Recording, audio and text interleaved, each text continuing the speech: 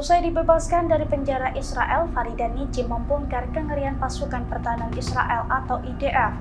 Pasalnya warga Palestina yang menjadi tawanan sangat menderita di dalam penjara.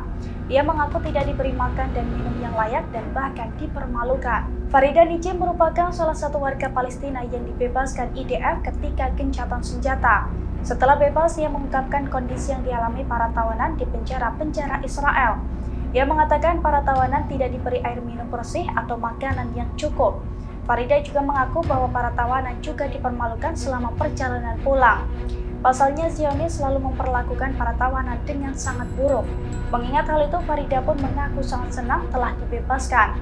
Ia bahkan sempat mengucapkan terima kasih kepada masyarakat Gaza karena terus berupaya melawan Zionis.